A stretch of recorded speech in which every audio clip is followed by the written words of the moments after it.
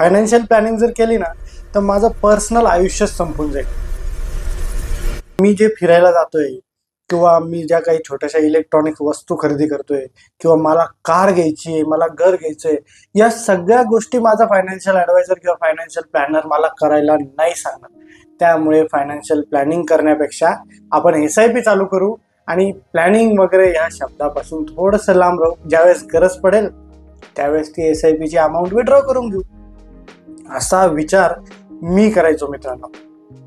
मला वाटायचं की मी जर फायनान्शियल प्लॅनिंग केली तर माझा ॲडवायझर किंवा जे काही फायनान्शियल रूल्स आहेत ते त्यानुसार आपल्याला काहीच खर्च करायला भेटणार नाही. आपलं पर्सनल लाईफ डिस्टर्ब होऊन जाईल. आपल्याला जे काही थोडंफार एन्जॉय करायची सवय किंवा जे काही थोडंफार स्वतःवर खर्च करायची सवय ते आपण करू शकणार नाही.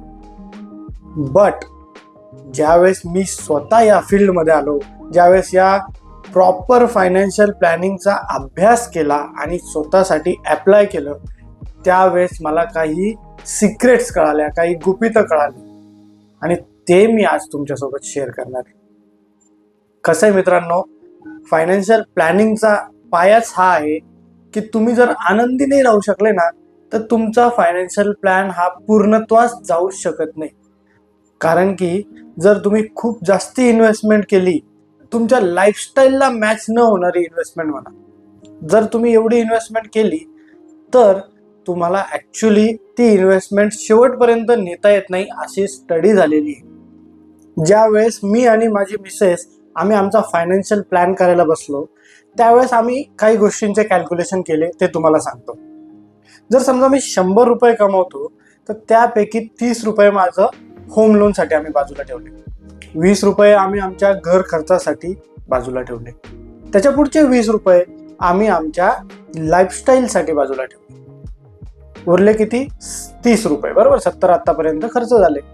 त्यापैकी त्याच्या पुढचे जे 10 रुपये आहेत त्याच्यामध्ये मुलांचं एज्युकेशन आणि माझा इन्शुरन्स वगैरे होणार. आता माझ्याकडे उरले आहेत 20 रुपये. तर आम्ही डिस्कशन केलं की या 20 रुपयांमध्ये आपण काय करायला पाहिजे. आमच्या पुढे गोल होता एक छोटासा की आम्हाला एक कार घ्यायची होती स्वतःची. जर नवी कार घेतली असती तर मला 20 पैकी कदाचित 15 रुपये मला EMI मध्ये भरावे लागले असते. तर आम्ही असा डिसिजन घेतला की आपण सेकंड हँड कार घेऊयात आणि त्यामुळे मला जे 20 रुपये माझ्याकडे शिल्लक होते त्याच्यापैकी 8 रुपये मला द्यावे लागले EMI कडे. या 8 रुपये मी EMI दिला आणि उरलेल्या 12 रुपयांपैकी मी 6 रुपयाची SIP केली आणि 6 रुपये माझ्याकडे इमर्जन्सी फंड मधून ठेवले. आता पुढे काय झालं, 6 महिन्यानंतर झाली माझी इन्क्रीमेंट आणि त्या इन्क्रीमेंटमध्ये आलेली जी अमाऊंट होती, जी माझा पगार ॲक्च्युली वाढ झालेला होता, तर त्याने मी मेक शुअर केलं की माझ्या पुन्हा एकदा तयार झालेल्या 100 रुपये एवढ्या पगारातून 10 रुपये एवढी माझी SIP झाली पाहिजे, एवढी माझी इन्व्हेस्टमेंट झाली पाहिजे. आणि असे केल्यामुळे आता मी हे मेक शुअर करू शकलो की माझ्या टोटल 100 रुपये इन्कमपैकी 10 रुपये मी कायमस्वरूपी इन्व्हेस्ट करतोय. आता हळूहळू माझा गोल असा असणार आहे की या 10 रुपयाला कसं मी 11, 12 असं करून 20 ते 25 रुपयांपर्यंत घेऊन जाऊ शकेल. मित्रांनो बघा, मी इथे एकच गोष्ट केली, नवीन गाडी घेण्यापेक्षा सेकंड हँड गाडी घेतली. आता नवीन गाडी ही मी कधी घेऊ शकतो, ज्यावेळेस ॲक्च्युली माझ्याकडे सरप्लस खूप उरतोय, इन्व्हेस्टमेंट करून पण पैसे खूप जास्ती उरत आहेत, तेव्हा घ्यायला पाहिजे. जर मी असा विचार केला असता की नाही मला नवीनच गाडी हवी आहे, नाही तर लोक काय म्हणतील किंवा XYZ विचार केला असता, तर लक्षात घ्या गाडी कशासाठी आहे. गाडी आहे प्रवास करण्यासाठी, कम्फर्टसाठी. पण नवीन गाडी कशासाठी आहे, ती दुसऱ्यांना दाखवायसाठी आहे. ज्यावेळेस मी अफोर्ड करू शकेल त्यावेळेस नक्की घेणार, पण आत्ता मी नाही अफोर्ड करू शकत. एवढी छोटासा चेंज जर मी माझ्या आयुष्यात केला तर मी जी इन्व्हेस्टमेंट 0 करू शकणार होतो ती आता काहीतरी प्रमाणात करू शकलेलो आहे. आणि हा फायदा होतो फायनान्शियल प्लॅनिंग केल्याचा. आणि अजून एक गोष्ट लक्षात घ्या की माझ्या 100 रुपयांपैकी मी सुरुवातीला 6 रुपयेच इन्व्हेस्ट करतोय आणि हळूहळू ते 10, 20, 25 इकडे नेण्याचा प्रयत्न करतोय.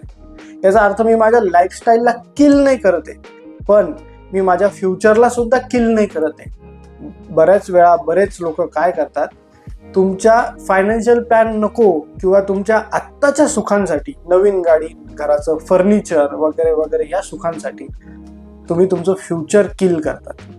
मग मुलांच्या एज्युकेशनसाठी गरज नसताना किंवा एक्स्ट्रा लोन काढावं लागतं, कोणाकडून तरी पैसे उसने घ्यावे लागतात, या बऱ्याच गोष्टी करतात.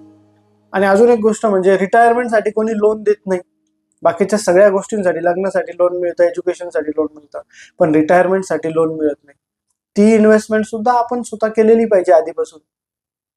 तर या बऱ्याच गोष्टी आहे ज्या फायनान्शियल प्लॅनिंग मध्ये येतात.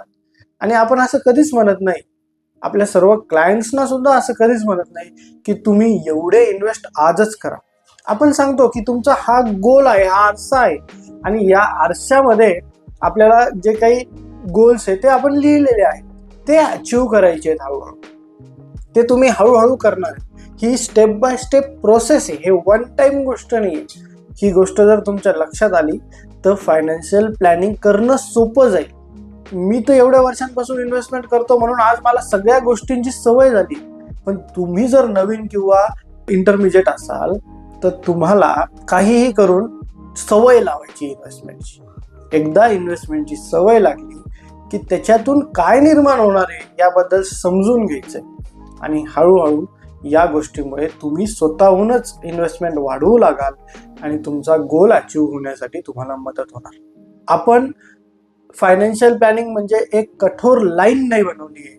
आपण फायनान्शियल प्लॅनिंग म्हणजे एक फ्लेक्झिबल रबर बँड बनवलाय, आणि या रबर बँडला आपण काही वेळा माझ्याकडे खेचणार आहोत, काही वेळा तुमच्याकडे खेचणार आहोत, आणि दोघांच्या गोष्टींचा एक समतोल निर्माण करून आपण तुमची फायनान्शियल प्लॅनिंग करणार आहोत.